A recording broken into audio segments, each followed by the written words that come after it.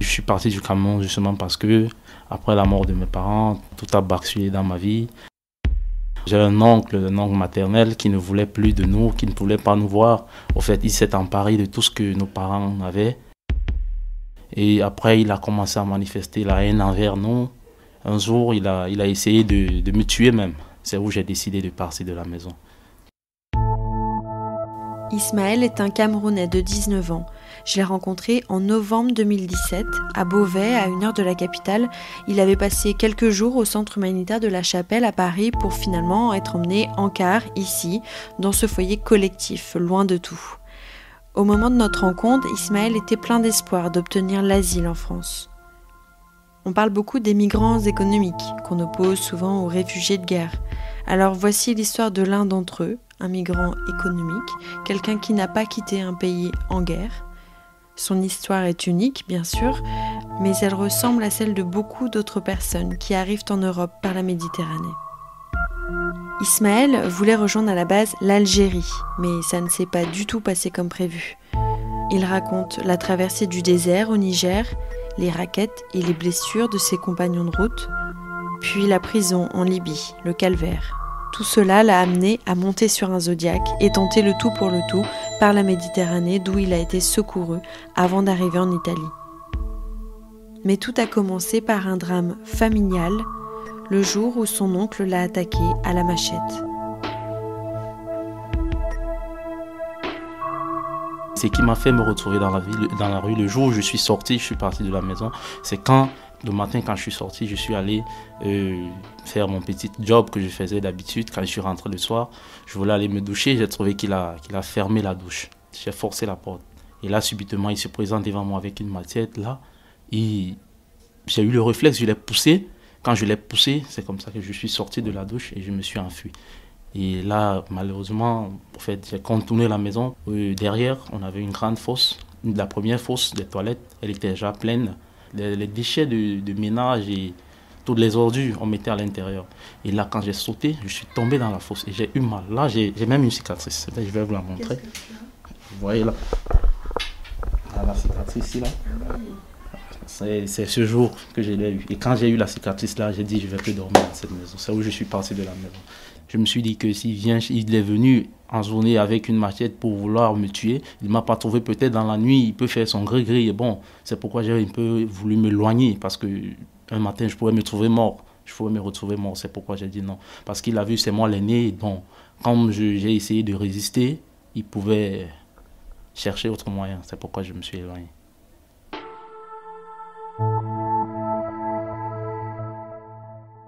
Au fait, j'ai traversé 3 pays parce que je suis parti du Cameroun pour le Nigeria pour le Niger et du Niger pour la Libye.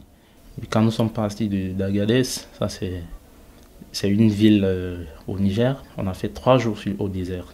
Au désert, c'était toujours la même chose quand on arrivait dans les contrôles de police, on nous menaçait avec des armes, on nous menaçait toujours. Bon, on n'avait pas de choix, on se soumettait, il y a eu des viols et notre véhicule a été attaqué. Il y a eu quelqu'un qui est mort parce que à un niveau, on a fait face aux terroristes. Et les terroristes qu'on a vus, ils étaient en moto, ils ont fusillé. Ils ont fusillé parce qu'on était dans une forme de bâcher, le pick-up, je ne sais pas trop. Oui, le pick-up, oui. On était à l'arrière. Ils ont fusillé. Quand ils ont fusillé, la balle a pris. Il y avait un gars nigérien. Au fait, il est mort même. C'est lui qu'on a enterré au désert parce que il n'a pas pu résister, il a saigné au niveau de la cheville. Il s'est brisé la cheville, il s'est fracturé la cheville. Et vous l'avez enterré? On l'avait enterré parce qu'il était décédé, on ne pouvait rien. On était en plein désert, il n'y a pas d'hôpital, il n'y a rien, on ne pouvait rien. Et les autres, il y avait 4 blessés. Quand nous sommes arrivés dans un petit village là, il appelait Zigidi. Quand nous sommes arrivés là, on a fait la petite collecte. Après, on les a envoyés à l'hôpital. Et nous, le soir là, on a continué. Ces chauffeurs arabes, à un certain moment dans la nuit, quand ils s'arrêtaient pour qu'on se repose, ils prenaient des filles, ils partaient les violer, ils faisaient n'importe quoi. Et c'était contre leur gré. Parce que le viol, déjà, c'est quand tu amènes quelqu'un à faire quelque chose qui est contre son gré. Ouais. C'était contre leur gré. Bon. Mais comme elles étaient soumises, elles ne pouvaient rien faire.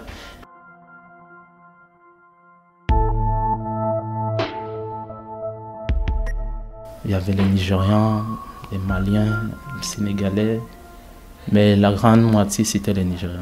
Oui. Quand on arrivait dans les barrières de police, quand ils te demandent de l'argent, tu dis tu n'en as pas, ils te fouillent, ils enlèvent, ils vous demandaient de vous déshabiller, ils fouillaient vos sacs. Au fait, ils vous dépouillaient quoi. Puis regarde, si vous avez de l'argent, ils prennent des téléphones, même tu as une belle paire de tennis, ils prennent. On m'avait prévenu à Agadez que où on va là, il faut qu'on ait de l'eau, qu'on ait de la nourriture. Ça nous a quand même aidé, ça m'a aidé à arriver à un bon niveau. Après plus tard, on a trouvé, nous sommes arrivés dans un carrefour, il y avait un puits d'eau, je me suis ressourcé encore. On n'a pas contacté les passeurs parce que quand nous sommes arrivés, le monsieur chez qui on nous a laissé à Agadez, c'est lui qui il nous a confié aux gens et ce sont les gens là qui nous ont amenés. Donc on ne savait pas où on allait. Au fait, dans mon aventure, même moi je n'avais pas préféré venir en Libye parce que moi j'avais plutôt dit que j'allais en Algérie, tu vois. Et là ils m'ont détourné parce que moi je savais pas. Je sais que je vais en Algérie, mais je sais pas la route qui mène en Algérie, tu vois. Ils m'ont mis dans la voiture. Moi, je me suis dit que bon, c'est là où je vais. C'est quand je suis arrivé qu'on me dit que mais tu es en Libye. Je dis que mais comment se fait-il que je suis en Libye? Mais normalement, moi, j'allais en Algérie. Bon, c'était déjà fait. C'était juste un détournement. Je ne savais pas.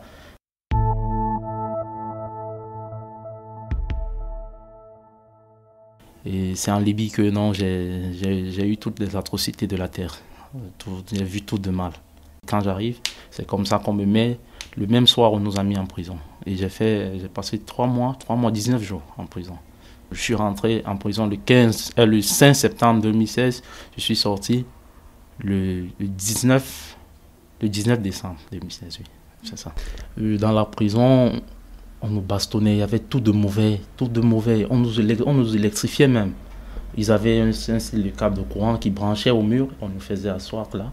On nous versait de l'eau et ils nous pinçaient les oreilles. Ils nous mettaient ça, bon, ça nous électrifiait. Mais Dieu merci parce que, bon, il n'a pas permis que je puisse perdre la vie là-bas, mais ils l'ont fait quand même. Ils l'ont fait. Ils voulaient l'argent. Ils nous menaçaient parce qu'ils voulaient qu'on appelle nos familles pour qu'on envoie l'argent. Ils le faisaient. Ils nous bastonnaient 3 fois la journée. À 9h, à 15h et à 18h. Sans compter peut-être en soirée, parce qu'il y a des moments, ils arrivaient en soirée dans la nuit, autour de 2h du matin. À des moments, 1h, ils nous réveillent tout le monde, ils nous versent de l'eau, ils commencent à nous bastonner. Mais là, c'était juste un bonus, c'est ce qu'ils disaient. En fait, on mangeait une fois tous les 3 jours. Une fois tous les 3 jours. Et la nourriture n'était presque pas agréable. Ils tournaient de la farine avec de l'eau chaude. Après, bon, ils nous donnaient avec une sauce qu'ils ont fait, je sais pas, mélanger.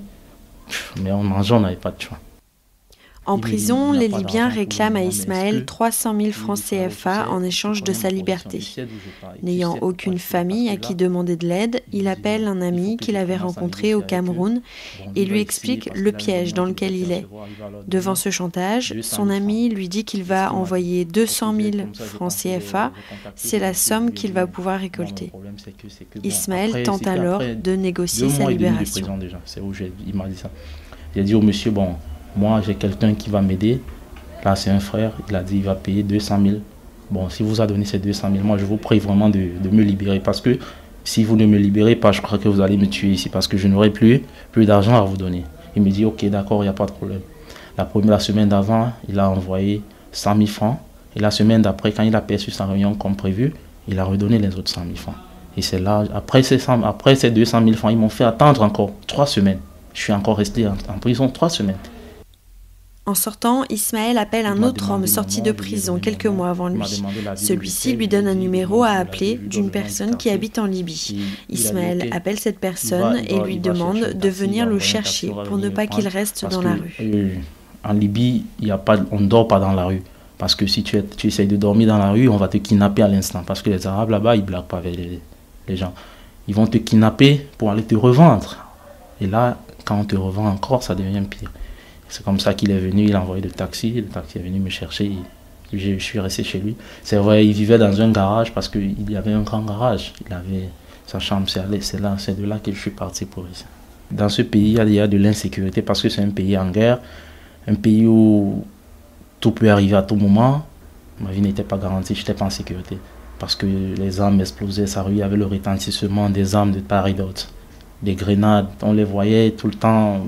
parce que tout le monde portait l'arme, tout le monde avait le permis de port d'armes. Je ne sais pas s'ils avaient légalisé, mais bon, moi, c'est ce que je voyais. Ils nous en vendaient dans la rue. Ils en vendaient. On dit, bon, voilà l'arme, si tu veux. Non, moi, je dis, je ne suis pas là pour ça. Et c'est quand nous sommes partis de Saba, parce que c'est à Saba que j'étais, quand je suis parti de Saba pour Zabrata. Et là, Zabrata, déjà, c'était proche de la Libye. On était presque à la Méditerranée, on était plus loin de la Méditerranée. C'est comme ça que je me suis retrouvé là.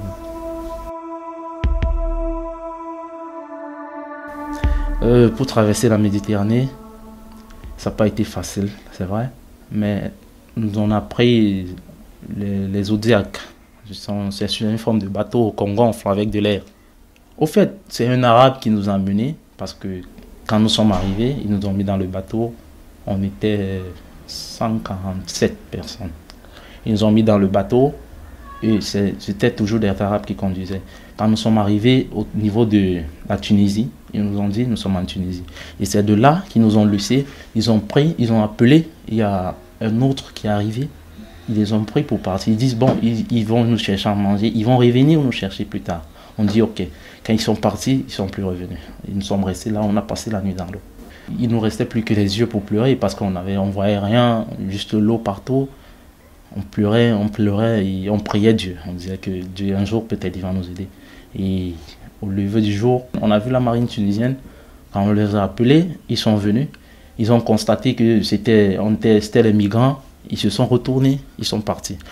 Quelques heures plus tard, on a vu un bateau de pêche, toujours tunisien. Quand ceux-là nous ont approchés, on les a expliqué. Après, ils ont dit, ok, ils vont appeler la rescousse italienne. C'est où ils appellent la rescousse italienne. Et la rescousse italienne est arrivée quelques heures plus tard. Ils sont arrivés, ils nous ont demandé de nous calmer, qu'ils allaient sauver tout le monde. Dieu merci, il n'y avait pas de cadavre parce qu'il n'y a personne n'est mort dans notre bateau. Peu importe la souffrance que nous avons endurée, mais il n'y a personne n'est mort. Quand ils sont arrivés, ils nous ont demandé de nous calmer, nous nous sommes calmés. Après, ils ont commencé à nous enlever dans le bateau, une personne après l'autre. Après, c'était ça. Et quand ils nous ont pris, parce qu'ils nous ont dit, notre cas était exceptionnel, parce que nous avons passé la nuit sur l'eau, on devrait être très très fatigués et on avait faim. Donc quand ils nous ont pris, nous ne sommes pas partis au grand bateau. Ils nous ont emmenés directement sur Lampedusa. Lampedusa, c'est leur île, c'est l'île italienne. Ils nous ont dit, bon, ici c'est juste un centre d'accueil, on ne peut pas nous laisser ici. Après une semaine et demie, ils nous ont transférés à Sicilia. Et à Sicilia, ils nous ont transférés à Napoli. Je suis parti de Napoli, Napoli pour Milan, Milan pour Torino et Torino pour la frontière. Et quand je suis arrivé à la frontière, on a pris le véhicule pour traverser. Je suis arrivé à Besançon, à la première ville de France. Après de Besançon pour Marseille, Marseille pour Paris. Je pense de ma situation en France, je pense que ça ira mieux parce qu'en France déjà, j'ai un avantage parce que je peux déjà m'exprimer, je peux déjà expliquer mon problème à quelqu'un. Parce que en Italie, ce qui me fait partie de l'Italie, c'était à cause de la langue parce que je n'arrivais pas à m'exprimer. Je ne pouvais pas m'exprimer, je ne pouvais pas expliquer mon problème à quelqu'un, je ne pouvais pas le soumettre à quelqu'un. Mais en France déjà, je crois que je peux parler et quelqu'un m'écoute. Parce que là, quand je parle, je peux exprimer, je peux m'expliquer, je dis, bon, il s'est passé telle ou telle autre chose, la personne peut me donner des idées ou la personne peut m'aider. Je suis dans un foyer, à Beauvais, oui, justement, et je suis dans un foyer où ils m'ont dit, ils m'ont fait signer un contrat dès mon arrivée, un contrat de séjour. Ils ont dit, après un mois, je vais demander l'asile. Si ça me plaît, bon, si ça ne me plaît pas, je libère. Donc moi je préfère demander l'asile ici parce que je trouve que bon, ici en France quand même ça pourra aller. Comme dans la vie, chacun a son étoile, chacun sa chance. Je me dis que bon, si ça n'a pas marché pour l'autre, peut-être pour moi on ne sait pas. Peut-être pour moi ça pourra marcher, je ne sais pas trop. Je prie juste Dieu que bon, qu'il essaye d'ouvrir ses cœurs le jour où j'irai au truc à la commission, que j'essaye de leur expliquer tout ce que je vous dis là. Et qu'ils essayent de comprendre aussi. Je n'ai jamais cru que le pire, que la merde que j'ai vécue en route, que je pouvais l'avoir. Si seulement un instant je l'avais imaginé, je ne serais jamais parti du Cameroun. Jamais. Je ne serais jamais parti. Mais bon, comme j'étais déjà devant les faits accomplis, je ne pouvais plus rien faire. Je ne pouvais pas retourner. Parce que quand tu étais déjà en Libye, tu dis tu vas retourner, tu es en train de signer ton arrêt de mort même déjà. Dans ma tête, je me dis, si je suis parti d'ici pour le Cameroun aussitôt, peut-être je peux avoir un esprit de vengeance. Parce que quand je vais penser à tout ce que j'ai vu en route, tout ce que j'ai pu vivre jusqu'ici, et là je reviens là, et je trouve que ce monsieur, peut-être, je ne sais pas s'il a envie encore ou quoi, je vais avoir un esprit de vengeance et ça pourra créer peut-être une rébellion en moi. C'est pourquoi je préfère pas pour le moment. En juillet dernier, 9 mois après notre rencontre, Ismaël m'a annoncé que sa demande d'asile avait été refusée en France. Ses empreintes ont été retrouvées en Italie car c'est le premier port européen où il a été enregistré et selon la procédure Dublin qui régit les lois de l'immigration en Europe, un seul État membre est responsable de l'examen d'une demande d'asile. On a donc donné à Ismaël un billet d'avion pour qu'il retourne en Italie. On lui a aussi demandé de quitter la chambre qu'il occupait à Beauvais. Ismaël, lui, souhaite être intégré dans la société française pour pouvoir vivre normalement comme tout le monde.